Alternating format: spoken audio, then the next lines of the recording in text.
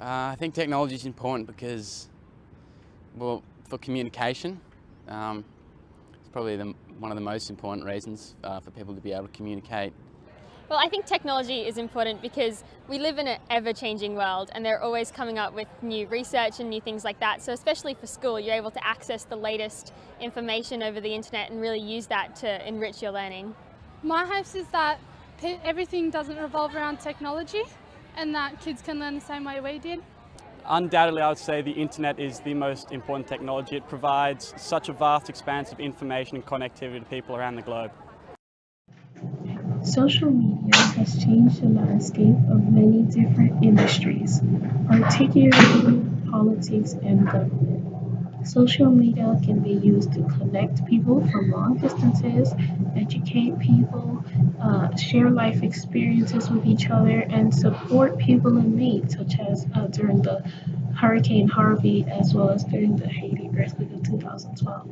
However, social media does have some cons. Social media can be used for cyberbullying, decrease in productivity, decrease in social skills, and it allows people to ignore other people's perspectives.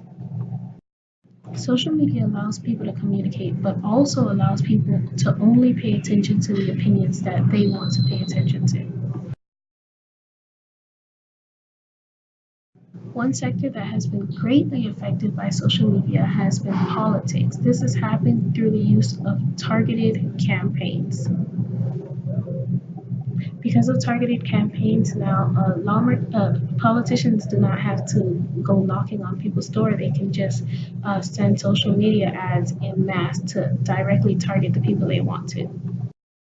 Politicians can use targeted campaigns by sending targeted emails, sending targeted advertisements on social media, and improving their websites to adapt to the needs of second-time visitors as well as first-time visitors.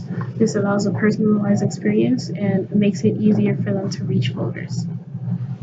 Targeted online campaigns are used to increase or decrease voter turnout. A great example of this is during the 2016 election when there were Trump ads highlighting Hillary Clinton's disparaging comments about the Black community. These ads were targeted towards Black people on Facebook, and they were successful in decreasing voter turnout.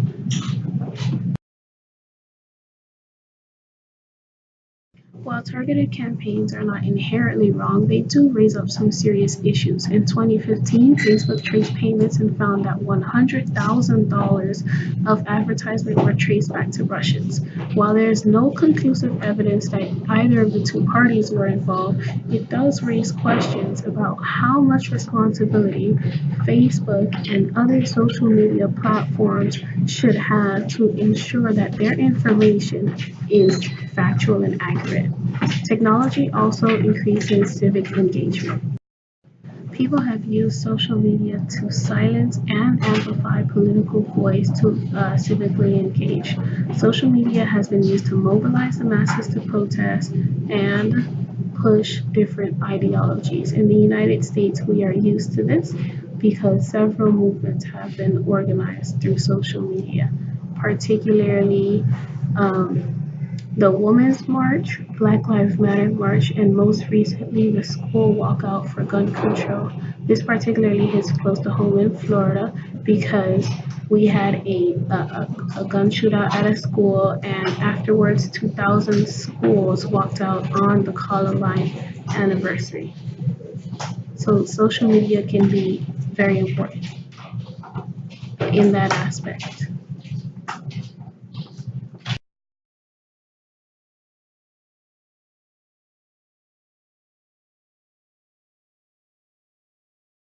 Social media has also changed the way that other countries organize their protests.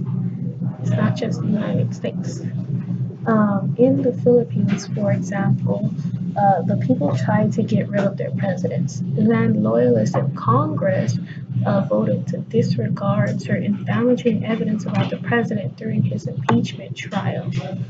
The people organized a huge protest through social media by texting "Go to Esta, we're black." and this was circulated throughout the country. The result was that 7 million texts were sent out, which resulted in over 1 million citizens showing up in downtown Manila to protest, bringing traffic to a complete standstill. The protesters were successful, and their president, Joseph Estrada, was impeached in 2001, less than a month away from the time when they protested. So internet access is important for everyone. Recently, we declared internet access as a basic human right. What is surprising about this declaration is that developed countries like Russia and South Africa oppose this agreement, which shows that not all countries want to support internet. North Korea is another country that does not support internet access for every country. Citizens in North Korea must have authorization before using the internet. This is wrong because the internet actually allows citizens to civically engage with each other and with the government. With restricted access to the internet, North Koreans, Syrians, and many others are robbed of this right.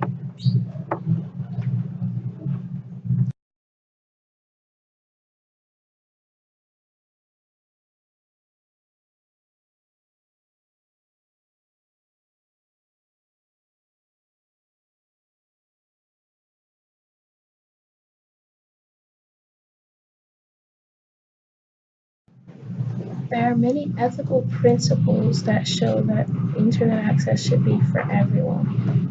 The utilitarian ethical principle says that since internet provides the greatest good for the greatest amount of people, internet should be free for everyone, or internet access should be available to everyone.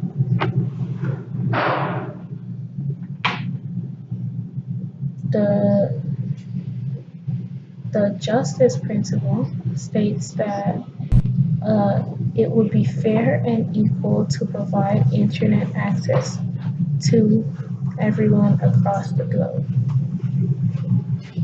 However, 4.6 billion people still live without internet access. We have a global responsibility to help all people who have who do not have access to the internet to gain access to the internet.